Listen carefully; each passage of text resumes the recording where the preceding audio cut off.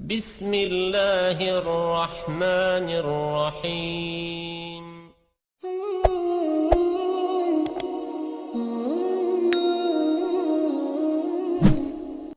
Assalamualaikum warahmatullahi wabarakatuh.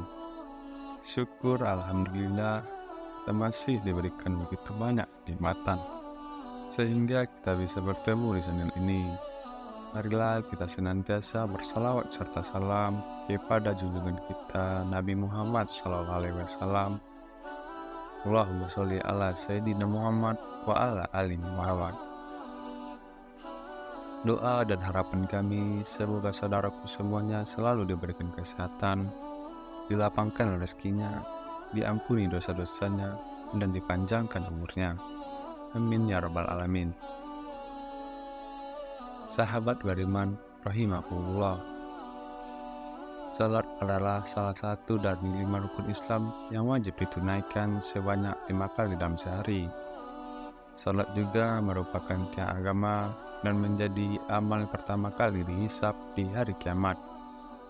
Rasulullah SAW bersabda, sesungguhnya pertama kali yang akan dilihat atau dihisab dari amal seseorang hamba pada hari kiamat adalah ibadah sholatnya. Bila ibadah sholatnya sempurna, maka diterimalah sholatnya dan seluruh amalnya. Apabila ditemukan sholatnya kurang atau tidak baik, maka ditolaklah sholatnya dan seluruh amalnya. Hadis riwayat Tabrani. Allah Subhanahu wa Ta'ala juga berfirman, sesungguhnya salat itu mencegah dari perbuatan keji dan mungkar. Dan ketahuilah, mengingat Allah atau salat itu lebih besar keutamaannya dari ibadah yang lain. Allah mengetahui apa yang kamu kerjakan. Quran Surah Al-Ankabut ayat 45.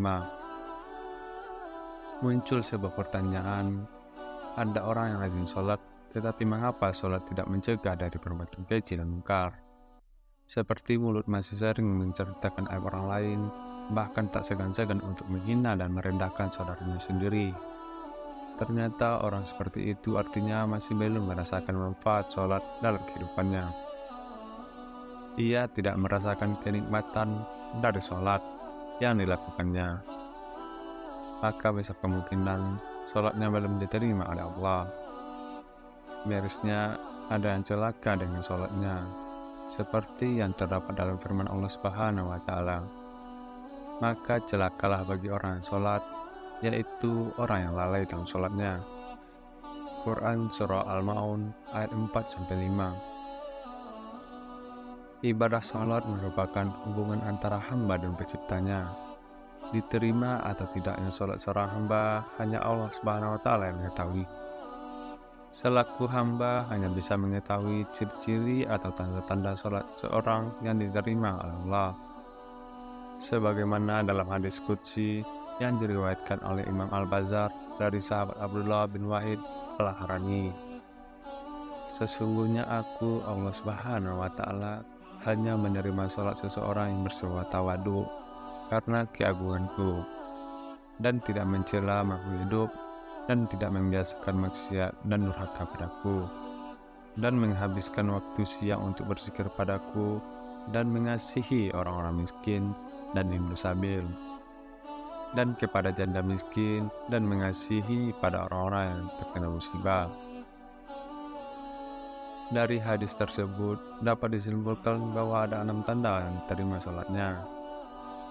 Berikut tanda orang yang sholatnya diterima oleh Allah. Yang pertama, tawadu. Orang yang tawadu kepada Allah adalah memiliki sifat merendahkan diri dan hati bahwasanya dirinya hanyalah seorang hamba yang sangat lemah. Mungkin di kehidupan dunia ia adalah orang yang terhormat, tetapi di hadapan Allah hanyalah seorang hamba yang sangat kecil.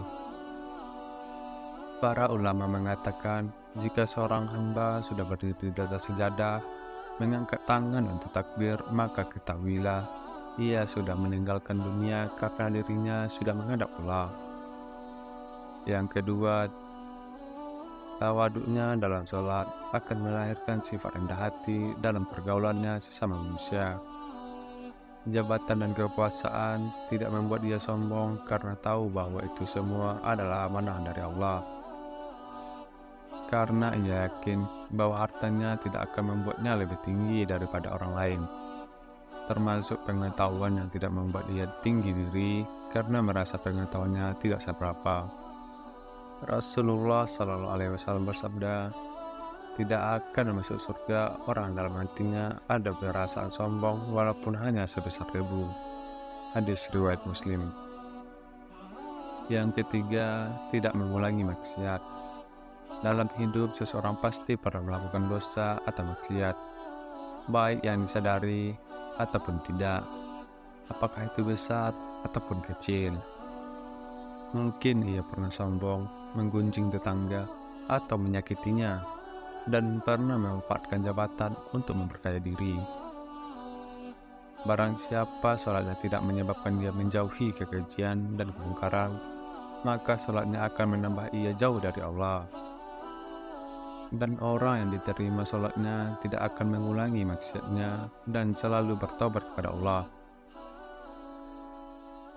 Yang keempat, mampu mengendalikan hawa nafsu. Jika seseorang selalu mengedepankan keinginan daripada kebutuhan, di saat itulah hawa nafsu tidak bisa dikendalikan.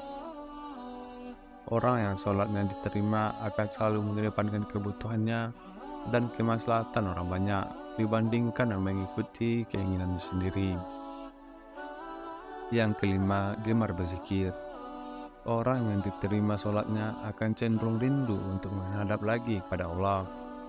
Ia selalu menunggu waktu sholat dengan hati yang gembira karena kerinduannya, sehingga ia akan cenderung berzikir mengingat sang penciptanya Allah Subhanahu wa Ta'ala, karena ia merasa jauh lebih tenang ketika berzikir.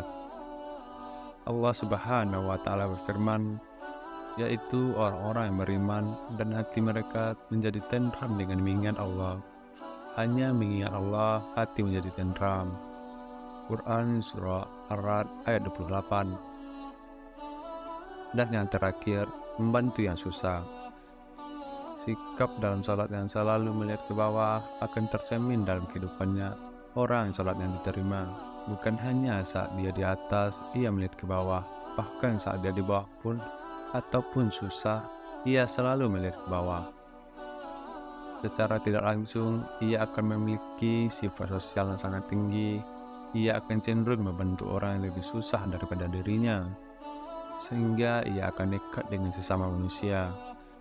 Rasulullah Shallallahu Alaihi Wasallam bersabda, orang yang dermawan dekat dengan Allah, dekat dengan manusia, dan dekat dengan surga. Sedangkan orang yang bakhil atau pelit, jauh dari Allah, jauh dari manusia, jauh dari surga. Salat yang diterima Allah tidak hanya akan berdampak pada dirinya sendiri, bahkan sekelilingnya akan terdampak dari pancaran keberkahan yang diberikan Allah Subhanahu wa Ta'ala kepadanya. Itulah tanda salatmu akan diterima oleh Allah Subhanahu wa Ta'ala. Semoga kita termasuk dalam tanda tersebut. Semoga video ini bermanfaat. Assalamualaikum warahmatullahi wabarakatuh.